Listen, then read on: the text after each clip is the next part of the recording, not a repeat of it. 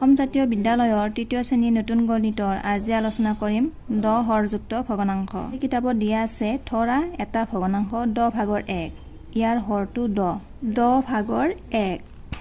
ইয়াত এইভাবে কোৱা হৈছে 10 হৰযুক্ত ভগ্নাংশ, ইয়াত হৰৰ মান 10 আৰু লবৰ মান আছে 1। কিতাপত দিয়া আছে ইয়াৰ হৰটো 10 ভাগৰ 1 ভগ্নাংশটো আমি এইদৰেও লিখিব পাৰি 0.1, কাৰণ 10ৰে যদি আমি 1 সংখ্যাক হৰণ কৰা হয় তেতিয়া হৰণফল হ'ব 0.1। ইয়াত ব্যৱহাৰ কৰা বিন্দুটোক দশমিক বিন্দু বোলা হয়। আমি ইয়াক মাতিব লাগিব 0.1। যদি 10 ভাগৰ 2 হয় তেতিয়া ইয়াক আমি লিখিব লাগিব 0.2।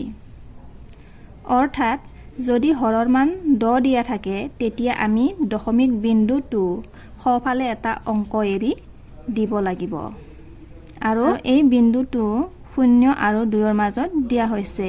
দশমিক বিন্দুটোৰ আগত এটা বাওঁফালে এটা 0 দিয়া হৈছে। তাত আছে 10 ভাগৰ 3। 10 ভাগৰ 3ৰ মান হ'ব 0.3। ইয়াত দশমিক বিন্দুটো সোঁফালে এটা অংক এৰি দিয়া হৈছে। আকৌ দিয়া আছে 0.1। আমি জানো যে 0.1 মানে যদি 0.1ক যদি আমি ভগ্নাংশত নিয়া হয় তেতিয়া 0.1। ইয়াক যদি আমি ভগ্নাংশত লিখিব দিয়া হয় তেতিয়া হৰৰ মান হ'ব 10। অৰ্থাৎ যেহেতু দশমিকৰ পিছত এটাই সংখ্যা আছে সেইবাবে 10 হ'ব হৰৰ মান, আৰু ওপৰত দিব লাগিব আমি 1।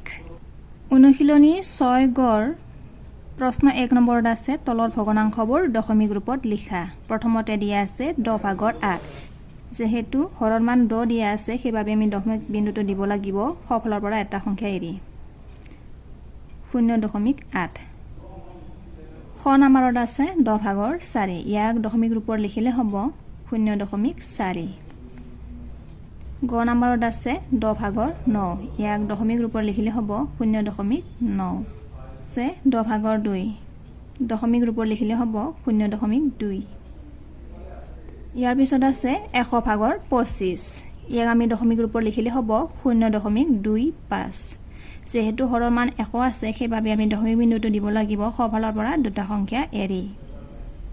প্ৰথম নম্বৰত আছে 100 ভাগৰ 7। ইয়াক আমি দশমিক ৰূপত লিখিলে হ'ব 0.07।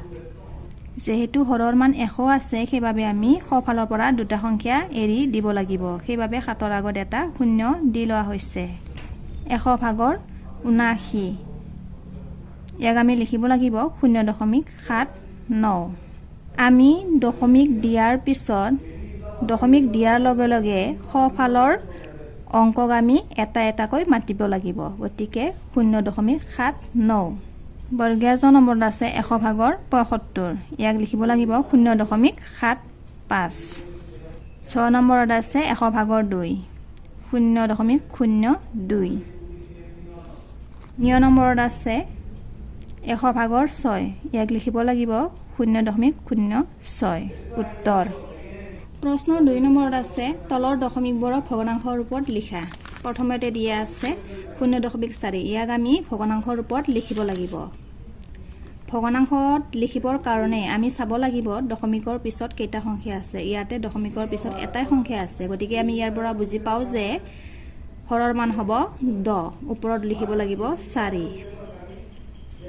খ নম্বৰত আছে 0.5। হৰৰ মান হ'ব 10, ওপৰত হ'ব 5। গ নম্বৰত আছে 0.3। হৰৰ মান হ'ব 10, ওপৰত লিখিব লাগিব 3। 10 ভাগৰ 3। খ নম্বৰত আছে 0.21। ভগ্নাংশৰ ওপৰত লিখিলে হ'ব যেহেতু দশমিকৰ পিছত দুটা সংখ্যা আছে সেইবাবে হৰৰ মান হ'ব 100। ওপৰত লিখিব লাগিব আমি 21। 100 ভাগৰ 21। অংগ নম্বৰত আছে 0.35। হৰৰ মান হ'ব 100। ওপৰত লিখিব লাগিব 35। 100 ভাগৰ 35। প্ৰথম ছ নম্বৰত আছে 0.40। হৰৰ মান হ'ব 100। ওপৰত লিখিব লাগিব আমি 40। তৃতীয় ছ নম্বৰত আছে 0.58। হৰৰ মান হ'ব 100। ওপৰত লিখিব লাগিব 58। 100 ভাগৰ 58। বৰ্গীয় জ নম্বৰত আছে 0.91। হৰৰ মান হ'ব 100 ওপৰত লিখিব লাগিব 91 100 ভাগৰ 91 6 নম্বৰত আছে 0.03 হৰৰ মান হ'ব 100 যেহেতু দশমিকৰ পিছত দুটা সংখ্যা আছে ওপৰত লিখিব লাগিব আমি 3 100 ভাগৰ 3 9 নম্বৰত আছে 0.08 হৰৰ মান হ'ব 100 ওপৰত লিখিব লাগিব 8 100 ভাগৰ 8 উত্তৰ